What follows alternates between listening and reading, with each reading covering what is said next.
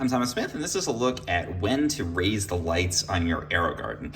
And when you plant new plants in your Aerogarden, it can take a little while for them to start to grow, but once they do, they usually take off really quickly. And you can see this is my basil that's grown really fast, and you might be wondering, okay, what's the point to raise that light? And the answer is when the plant either touches the light, which is probably too late, which is what's happening here, or when it's within about an inch or two of the light. You want to raise it to be a bit higher. So at the moment, it's touching. You can see it actually has done this before, and you can get these little burns on the leaf if it sits there for too long with the heat of that light. So you want to ideally raise those lights before that happens, but certainly if it's touching the light, it's the time. Or again, ideally if it's within about an inch or two.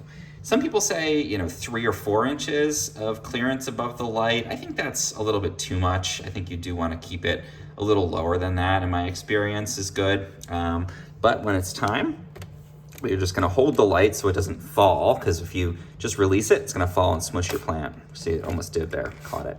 I'm gonna raise it up. I wanna get about an inch or two of clearance above that plant. 3 or 4 inches, that seems like a lot. That seems like too much to me.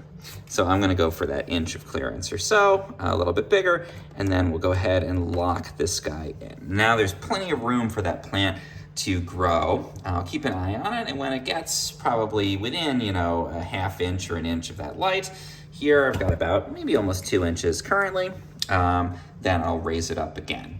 And so that's what you want to be looking for. If it's hitting the light, definitely time to raise it. It's too late at that point. You should have raised it earlier. But if it's within about an inch or two of that light, raise it up, give it at least, again, probably about 2 inches of clearance, and you can keep it growing. At a certain point, you're gonna have to start pruning it too, because you'll reach the maximum height on your light.